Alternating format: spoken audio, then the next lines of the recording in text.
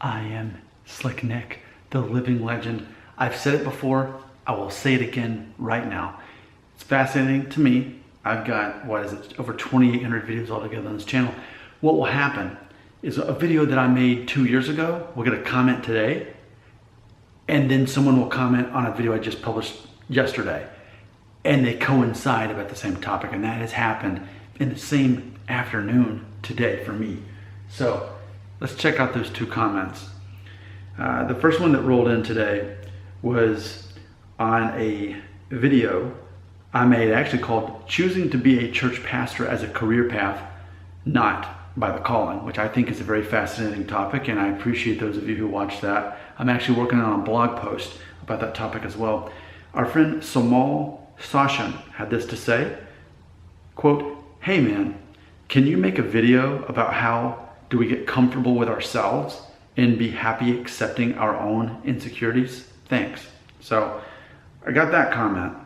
And then just actually a few minutes ago, I saw this one from a video I made. This was like at least 2 years ago. It was called Top 10 Masculine Traits of Men, Masculine Mindset. And I haven't really talked much about this since I made the video, but Edgar's Modern Life, which is a tribute to Rocco's Modern Life, which was a TV show on Nickelodeon when I was a kid, like 6th grade, 7th grade.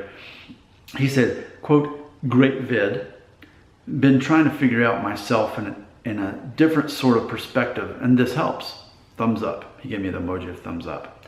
So these two are basically saying the same thing. The first one saying, how do we get comfortable with ourselves and happy accepting our own insecurities? And then the other guy is actually commenting on what I was planning to do to answer the first guy's comment, which is to look up that old video where I talked about those 10 masculine traits. Now, not to be confused, many times on my channel here before, I have talked about the 13 things that make a guy cool, and that was based on a magazine article that I read. And so if you want to look that up, many videos I've done about this, but this one I have not done as many on. So I came up with this list based on my study of emotional intelligence, which is one of the things I'm always fascinated by. I created this list. So in order to answer both of those questions and those comments, this would be my answer. I would say if you want to become more confident and be able to embrace your own insecurities, and build your own true identity, how do you do that? Well, if you ask Nick Shell, the living legend, I would say it's a matter of knowing how to identify masculine traits. Now, that's not to say that a female would not improve from these 10 things, but specifically, I think there's more pressure on men to find their place in these 10 things. I invented this list. Here we go. Let's get started. Nick Shell's top 10 list of masculine traits based on society's perception. So this is a list I made based on realizing how society actually reacts to men. Here we go.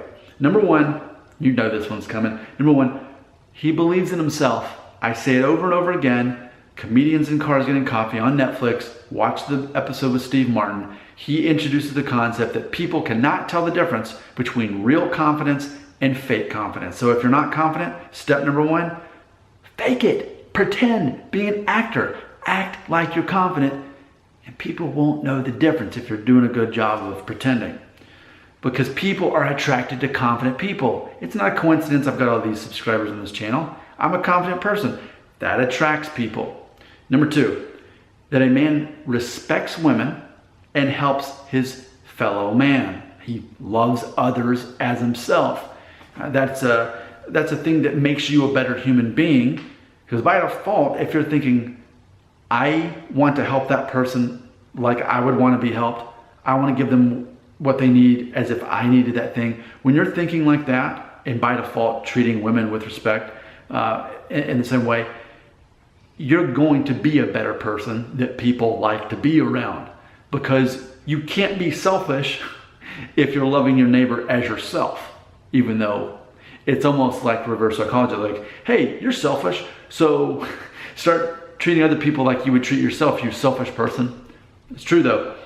Number three, a man finds his identity and his unique skill set. He's aware of what he's good at, and he embraces what he's not good at. Do you need me to talk about this example? Okay. I can tell you so many things I'm not good at, but the one that comes to mind, I'm not good at fixing stuff. When it comes to fixing cars and fixing like home improvement stuff, I'm not good at it. My brain doesn't work that way. I'm not a good, like, take something apart, figure out the problem, put it back together. No, I'm not good at that. Okay, it's one of the many things I'm very aware that I'm not good at.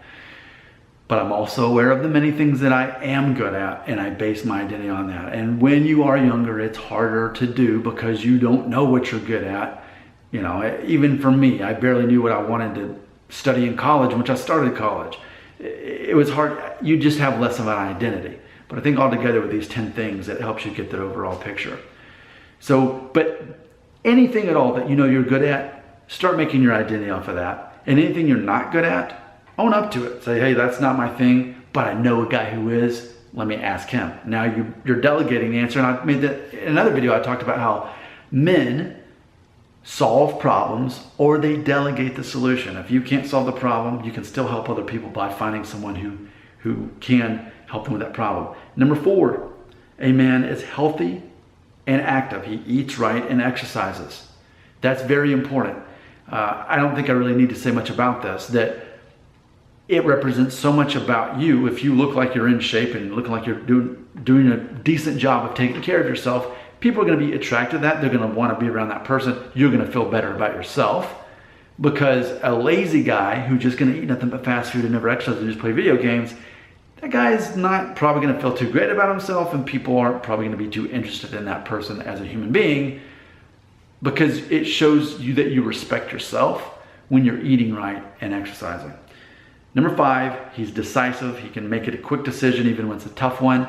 If you need an example of the opposite to follow here, just again, I always say it, Andy Bernard on The Office. Watch Netflix, watch all 10 seasons, even though he didn't come into, I think, the third one. But watch Andy Bernard. He is the example of a man who is completely the opposite of decisive, and it shows. And that's why it's cringe-worthy.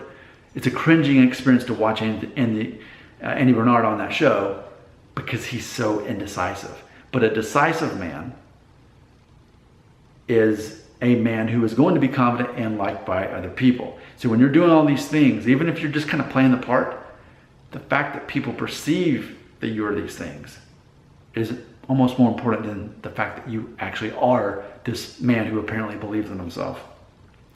And now for number 6, that a man is committed, especially to family and career. That's a big deal. Now, yes, it's important that you're still open-minded. You don't want to be so closed off, but as far as being committed to things, absolutely yes. I've made a video or two of that, actually one with my dad, talking about how important it is. People respect that. It's funny, I'll point it out, never have we had a US president who wasn't a married man. And granted, Ronald Reagan had been divorced once, Donald Trump divorced twice, but still, at least they weren't married. I think people would have a hard time in America, the United States, voting in a president who wasn't committed in marriage. It's one of those things. People see that as something desirable, a committed man. Number 7, he's a leader. He knows how to manage and motivate other people. Ultimately, it's this simple though. When people have problems, if you can help direct them to a solution and help them as needed, you're already being a good leader. When you can realize some people only focus on the perceived problem. Others are looking at the fundamental actual cause of that. And when you look at the cause of it, then you're actually able to solve the problem. So many people are looking at the symptom, or they're actually looking at what they perceive as the problem. It's the effect, when really it should be the cause that they're looking at. And a leader is good at figuring that out and helping other people understand that. Number 8, good communicator. I've said this before. A good communicator can make complicated concepts seem simple, whereas a poor communicator can take a simple concept and make it seem complicated. Number 9, he's funny. Now, a man that people want to be around, he knows how to use humor as an effective social tool.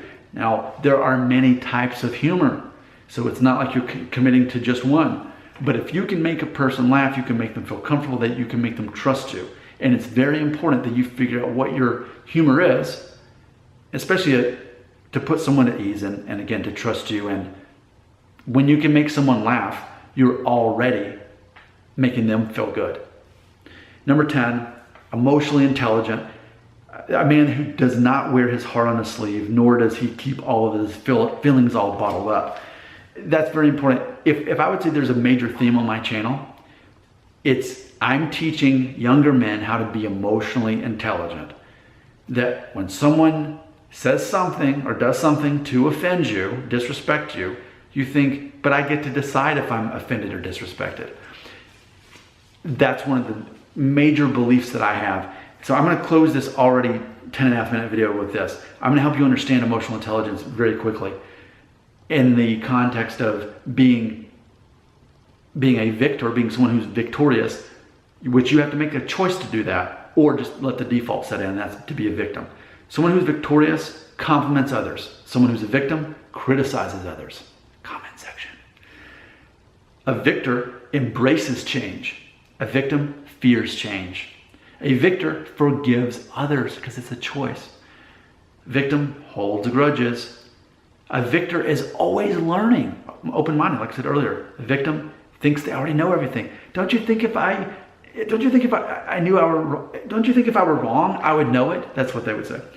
The victor accepts responsibility for their failures. Victim blames others for their failures. Victor has a sense of gratitude. Victim has a sense of entitlement. You owe this. I deserve this. I earn this.